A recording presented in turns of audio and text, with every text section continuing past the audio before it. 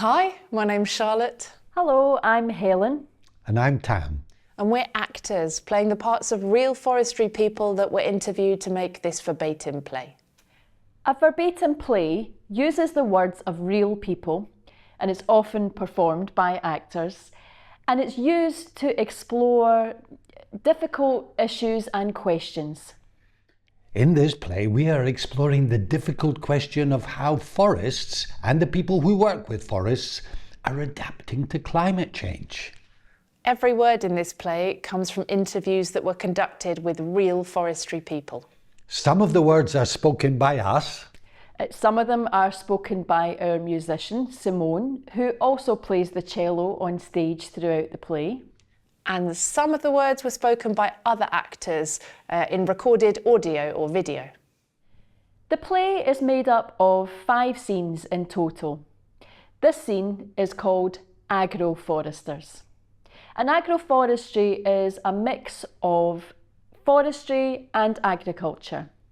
In this scene, I play the part of an agroforester who works with pigs and trees. And he talks about how farmed animals and trees can help and support each other and make the soil healthier. I didn't know what agroforestry was before working on this play. No, I didn't either. Because sometimes it's to do with food as well, isn't it? Yeah, the person that I played works for an organisation that grows a lot of food in an environmentally friendly way. And she's invested in getting other farmers to grow fruit trees and nut trees. The agroforester who I play is working on a small bit of land growing willow and apple trees. He sells the willow and he makes cider from the apples. Yeah. And there's another actor in this scene called Tawona, and he appears in a video that's made to look like a Zoom call. And we listen to him. He's speaking the words of an expert from Kenya in Southeast Africa who understands the science of trees and soil. And he talks about how some forests in Kenya and the Kenyan people who depend on these forests have been harmed by people from other richer countries who have used the land to make money for themselves. He also talks about how difficult it can be for people in Kenya to grow the food they need to eat and also grow the trees that the government wants them to plant. The agroforesters that we all play are also trying to grow food and plant trees on the bits of land they work on. So we listen to him really carefully.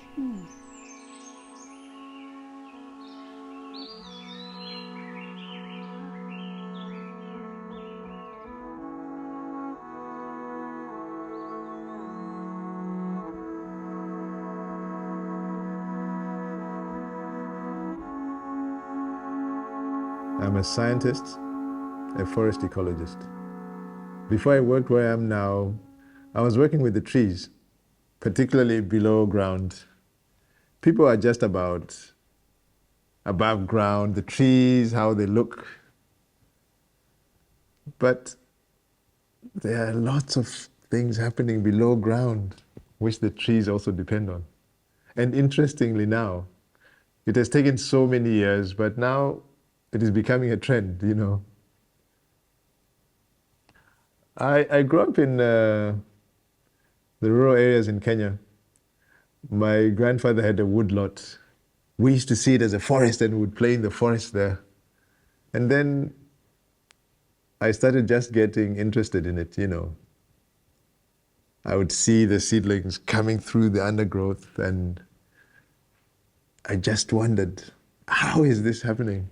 So it got into my system then, but it was just part of the system. The colonial government exploited the natural forests in Kenya. They introduced species like pine and ash because they wanted fast-growing trees because the native species were considered to be slow-growing and they wanted timber. Sometimes you have fragments of the native forest left. The local communities depend on the products there, the fruits and the material for medicinal purposes and all kinds of things. including firewood and all that. So the native fragments face a lot of pressure. About 80% of the systems in Kenya are now in agroforestry base. In small holding farm systems, we're talking about 2 hectares, more or less, and your individuals are meeting your normal food security demands for your family and the rest in this system. So if now we're being asked to grow trees in this system, because that's the sequestration, the carbon sequestration policy, then you've got only limited space for food security. So this is a big challenge. This is the same personal land you're growing your food, crops, So is it going to pay to have that? And how long are the trees going to take to grow? 10, 20 years? You want your livelihood, you want to get income. So these are the sort of uncertainties and challenges where these policies just come in and don't look at. I think the food system's the biggest system that underpins our society. So if you want to change our society for the better, the food system is the best system to use to do that. Agriculture's got a big part to play, not just in lowering carbon footprint, but in creating localised food systems. Our field kitchen helped feed people through COVID. I think the big focus has to be on just transition. Creating policy for land has to empower the people on the land to do the right thing for the land, rather than creating a situation where, there's winners and losers, because, the policy doesn't cater for everybody. I'm an agroforester, an environmental scientist, a conservationist, a farmer, and also a bit of an activist. I run a livestock-based agroforestry project here in the west of Scotland. My job title's Regenerative Farming Lead. If ever there was a job title that was going to give you imposter syndrome, it would be that one. We're an employee-owned organic farm in the south of England. I grow willow. Mainly biomass willow in the south of England. And I also make cider from the apple trees here. Yeah, I sell the willow on to other people for planting stock, and also some buy it for fodder crops and flood risk mitigation, and some people for basketry as well.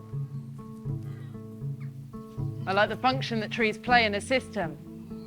So I like it when they add a value. That could be an obvious commercial value, like the value of timber or the value of apples, but I also like it when you see them delivering like a health, welfare benefit value, like helping protect dairy cows from extreme heat stress.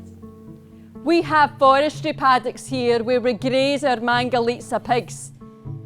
We keep the pigs in large groups, and what we want them to do is come on the land and cause a bit of destruction. And then we move them off quite quickly, and that awakens up your soil microbiology and your seed bank, and it allows a much more diverse pasture to come back up in place. We also have areas where we don't graze the pigs that we're keeping for different purposes, different habitats. Some of the willow field I've been letting grow back into woodland. Still planting some trees, but others I'm just letting them self-seed, mainly from the hedgerows. There's oak, hazel, sycamore, lots of sycamore in the hedgerows. Woodland creation was important here. There was no direct seed source for the trees to come back from. It's exciting what's been happening on the field over the years. There's changes in animal wildlife and the plants that have been growing in between the trees, in between the willow and the self-seeded trees. Some I'm managing what I need to manage, but other areas I'm just letting it do their own thing. The first agroforestry field that we did was mainly apples, pears and elderflower. My little bit of it, which was hideously unsuccessful, was an exotic pepper. I think I have a particular affinity for trees that are less common. When I first arrived, it was being farmed conventionally and it had an arable crop in it. When we first put the agroforestry in, it was a really frosty day. The tractor subsoiled the rows in. You could just see this layer of white frost and brown diagonal lines as the tractor kind of drew the lines in. And then we put these tiny sticks in, little trees that you could barely see. And now they're a really visible, distinctive part of the landscape. It's really nice. We've been having some very, very dry conditions down here, and some of the variety of willow have died back and are just dry remains. You can hear that. Listen to that. That's one of the things that killed the exotic pepper, dry, hot springs. Seasonal changes, it does make it tricky. Is it the right time to sow? Are we going to have that weird patch that we had this time last year? Should I get the cows out now? It's unpredictable, it's hard to plan ahead. Sometimes it's not possible to know what the smoking gun is if a tree or a plant isn't doing well.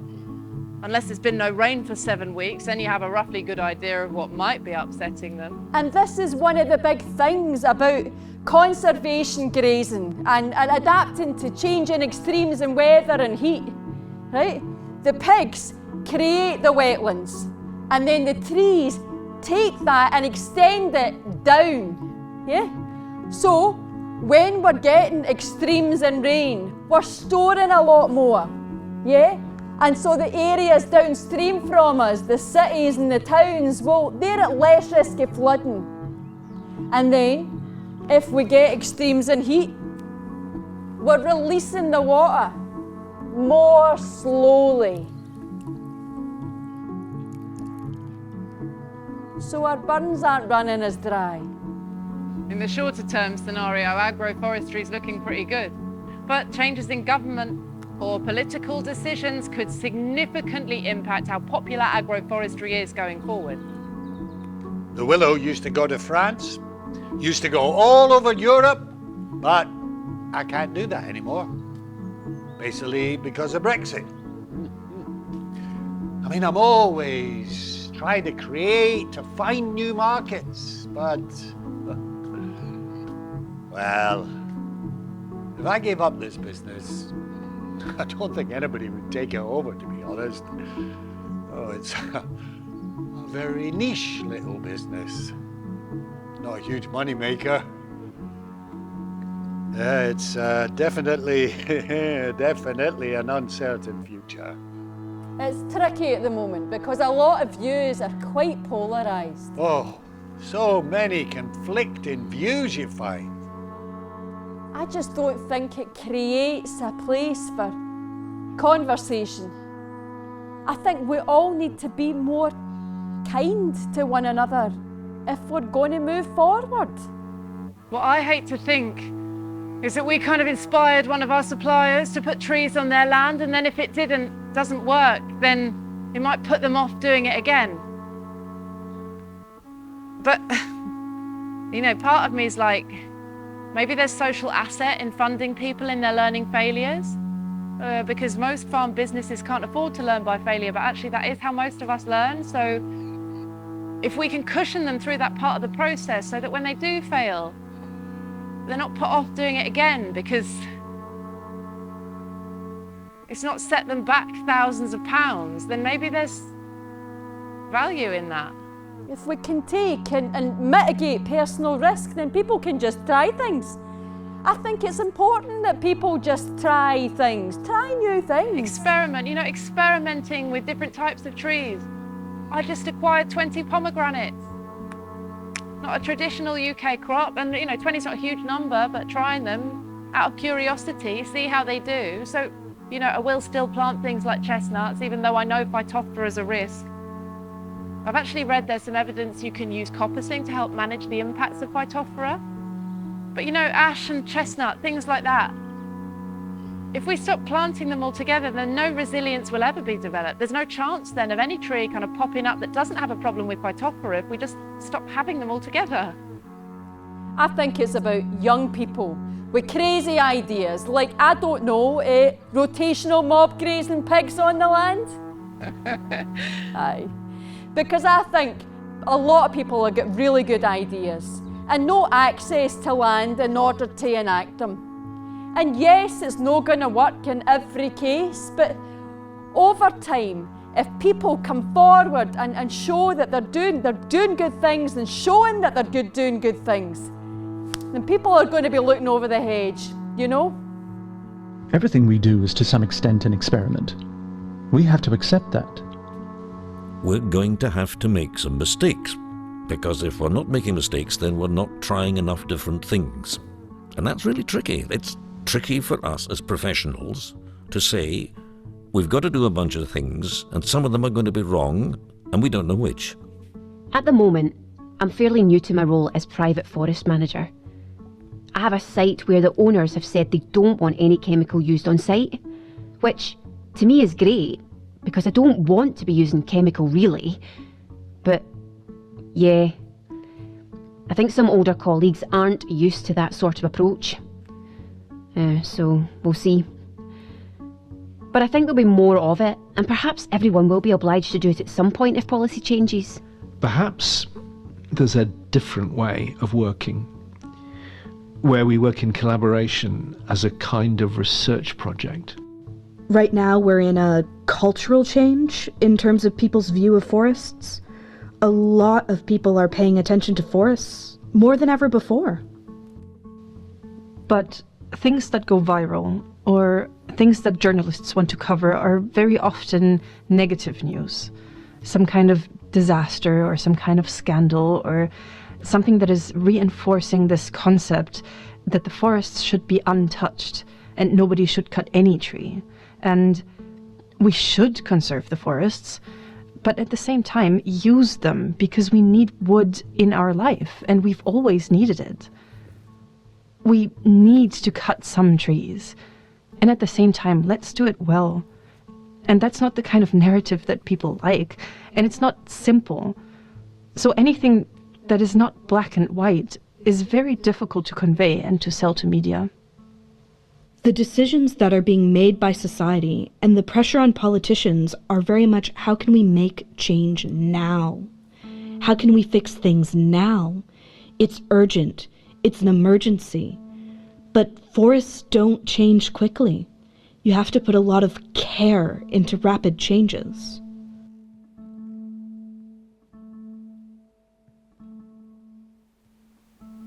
In 100 years' time. Oh, that's hard to know, eh?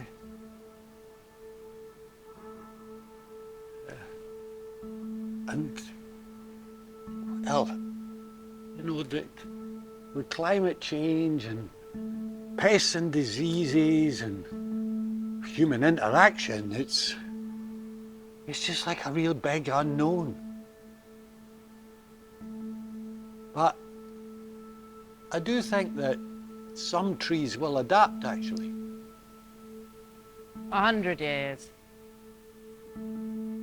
I think some of the apple trees here could be beautiful, ancient, gnarled, lichen-covered, twisted trees that everyone loves.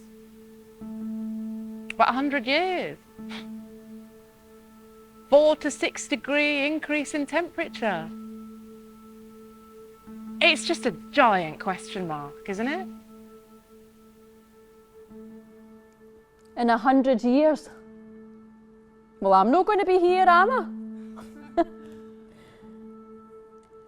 But I hope a more diverse mix of people with different ideas take up shop in the woodland and maintain it. Because when you think about it, Our biggest renewable resource as a species is creativity.